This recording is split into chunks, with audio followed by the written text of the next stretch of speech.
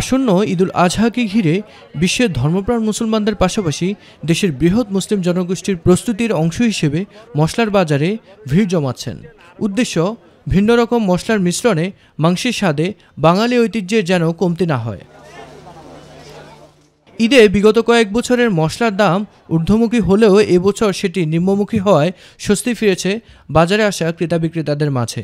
দারুচিনি গত বছর 400 টাকার বেশি হলেও এবার সেটি কেজি প্রতি বিক্রি হচ্ছে 360 টাকায়।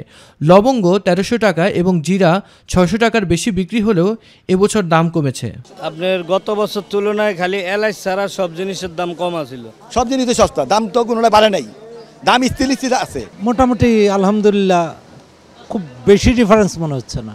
একনল হ্যান্ড ওয়াশ 100% প্যারাবেন ফ্রি, তাই নিরাপদ হাতের জন্য আস্থা রাখুন একনলে। আগে যেরকম চড়া দাম ছিল বাজারে, এর থেকে অনেকটা কম। কেজি প্রতি দাম 4000 টাকার বেশি হওয়ায় কিছুটা বাড়তি দাম গুনতে হচ্ছে এলাচের বাজারে। এবার মশলার দাম কম আছে, এলাচি দাম ছাড়া এলাচি দামটা একটু বাড়ছে। লং, গোলমরিচ, দারচিনি, জায়ফল যেগুলোর দাম গেছে এবার তুলনায় এবার কম। আমদানির পাশাপাশি সিন্ডিকেট সহ অসাধু ব্যবসায়ীদেরকে বাজার মনিটরিংয়ের আওতায় আনায় স্বস্তি ফিরেছে বলে মনে করছেন সংশ্লিষ্টরা। মিফতাক আলী, মাই টিভি, ঢাকা।